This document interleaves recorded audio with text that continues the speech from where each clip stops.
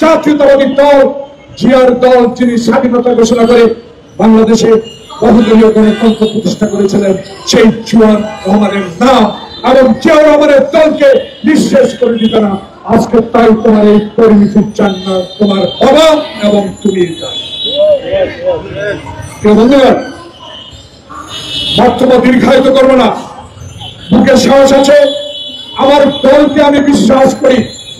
বাংলাদেশের স্বাধীনতা আন্দোলনে আমার দলের নেতার যে ভূমিকা, সেই ভূমিকাকে কটাক্ষ করে কথা বলেছিলেন শেখ হাসিনা। সেদিন পার্লামেন্টে যাওয়ার আমার সৌভাগ্য হয়েছিল।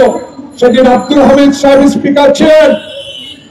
আমার সামনে আমার সেই নেত্রী, যেই নেত্রী বাংলাদেশে আদর্শী নেতৃত্ব লাভ করেছিলেন, তার সংগ্রামের কারণে, তার সততার কারণে সেদিন তাকে সামনে রেখে বলেছিলাম, আব্দুল হামিদ সাহেব কথা বলতে দেন, শুধু শেখ হাসিনার কথা শুনে বাংলাদেশকে ধ্বংস করে দিবেন না, কারণ শেখ হাসিনা সম্পূর্ণ আমাদের পার্শ্ববর্তী যারা বন্ধু বলে আমাদের ভাবে, সেই ভারতীয়দের নির্দেশেই বাংলাদেশে রাজনীতি করে।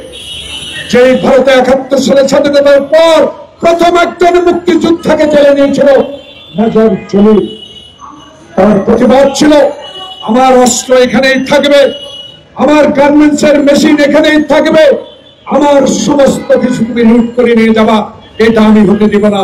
সেদিন শেখ মুজিবুর রহমান সাহেব আপনার মেজর জলিলকে কারাবরণ করতে হয়েছে। এইসব কথা ইতিহাস, এই ইতিহাস কোনোদিনও খণ্ডিত হবে না। কারণ যে ইতিহাস এখনো বলে শেখ মুজিব আমার ডানে চোর বামে চোর, শুতে গেলে এই চোর, ব্যাংক ডাকাতের ইতিহাস এদেশের মানুষ বলবে না। এদেশের মানুষ আপনার বাবার 1 মিনিটে গণতন্ত্র হত্যার কথাও ভুলবে না।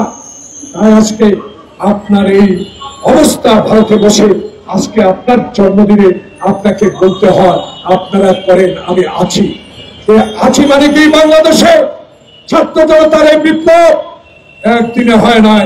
16 বছর 10,000 মাইল দূরে থেকে আমাদের প্রিয় নেতা তারেক রহমান যে নির্দেশ দিয়ে সংগঠনকে শক্তিশালী করে রাজপথে আন্দোলন করে রক্ত ছড়েছে, আয়না ঘরে ছিল, ডিবি অফিসে নির্যাতিত হয়েছে, হাঁটু পানিতে দাঁড়িয়ে রাত কাটিয়েছে, এক জেলা থেকে অন্য জেলা গিয়ে রিক্সা চালিয়ে জীবন ধারণ করেছে, মার মৃত্যুতে জানাজা পড়তে আসতে পারে নাই।